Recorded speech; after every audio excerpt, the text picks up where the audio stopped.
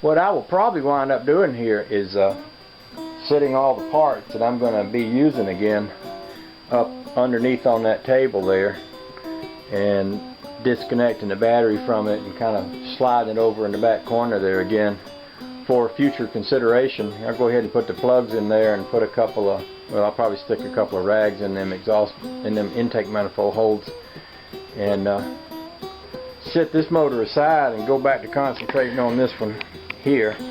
This is the little single port engine that we've been running, and it's been running fine. It's been doing a good job pushing Cinderella around. I don't figure that 68 is a whole lot heavier.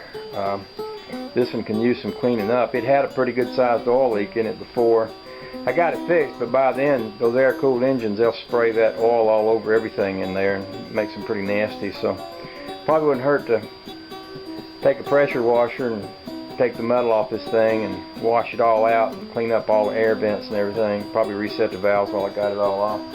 So I guess my next task would be just to clean up my mess here. I've made a pretty good mess out here in the garage. Clean up my mess and start considering my options. That's what I'm thinking. I think I'm going to do one more thing that's fairly smart for me.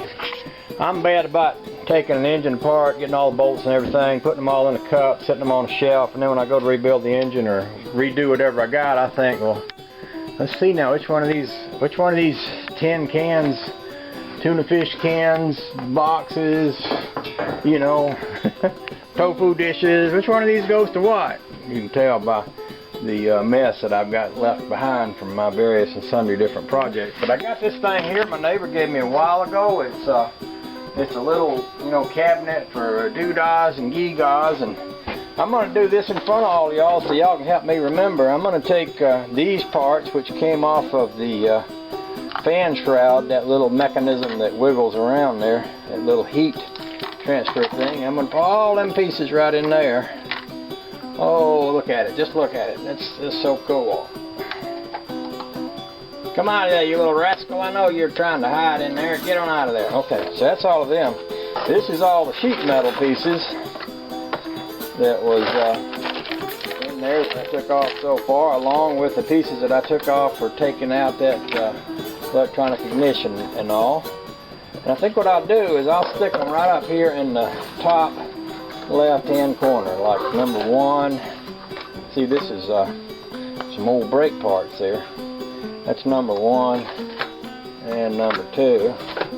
And I'll stick these empty drawers down here, and I'll stick these old brake parts down here too. And now, next time, when I get ready to do something like this, I'll know where everything is at. See, just here's a good example. I can tell that's a wheel bearing part, and that's a lock that goes on a hub for a Volkswagen. And oh, this is a flathead engine valve compression tool. And oh, what are these things? I put them in a bag, so they must be important. Wonder what they go to. Yeah, I got all kind of project pieces laying around. Dang, I say, dang again. I'll go over here and look at these dual port heads a little bit too. These were freebies. I think Dan gave me these. They could stand a good rebuild if you look at the valves. Oh, a little dirt came out of there. They look a little bit tired. What they could use some freshening up. The good thing about these is the bolts on this end are not racked, and the bolts on this end are not racked. I mean, that's a good thing, because that is something that happens on these. And I got a pair of those, so I could go check with my local Volkswagen shop, find out what they'd charge me to rework these. I've been told that this engine has low compression pistons.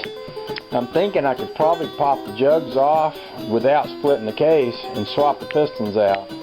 I know that Musty One or Darren would know if I could do that or not. In fact, Darren was building a 1600 motor on one of his videos. I'll go watch it, because I'm trying to remember when I used to build mine, whether I put the pistons on the piston rods before or after I sealed up the case.